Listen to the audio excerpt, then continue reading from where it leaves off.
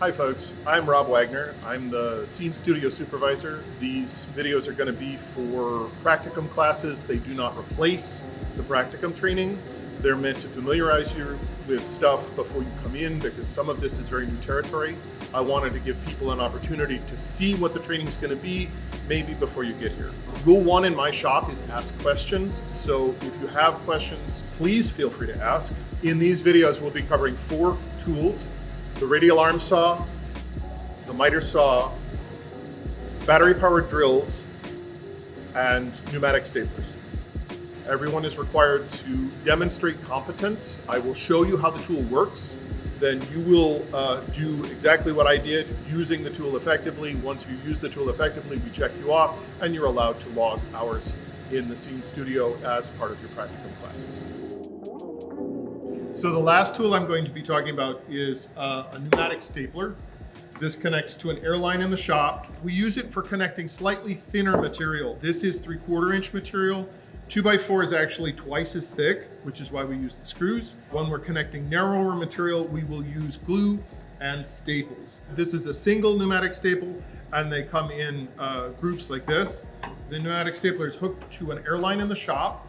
The air pressure in the shop is about 3 times what you normally have for a car tire. To disconnect the hose, it's a little complicated. You want to push slightly this way and then you pull the collar back. We always announce noise when we break an air connection. Noise!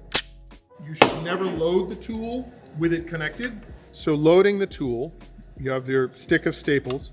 There's a switch on the back of the tool. You push that and then the bottom will slide.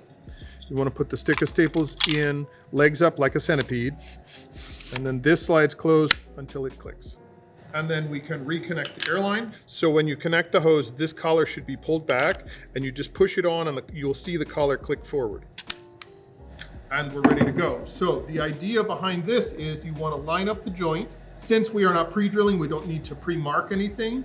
When we did screws, we used 2 screws per joint. With staples, we're actually going to use glue and 3 staples instead of 2 screws. I don't generally use glue during the training because it's messy and I often reuse the pieces. When we're building scenery for a production, we will always use glue because the staples themselves are not a strong connection. The tool has a nose safety. If it is not pushed in, the trigger does not work. It's a safety feature for the tool. So when you are stapling, you want to keep your finger off the trigger initially.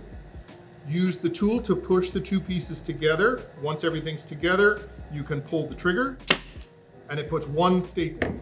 I like to align the top of the staple with the board behind it. If you put the top or the bottom one in, you can still adjust the joint a little. And then 2 and 3. And what you'll realize is this joint is, without the glue, is not a very strong joint at all.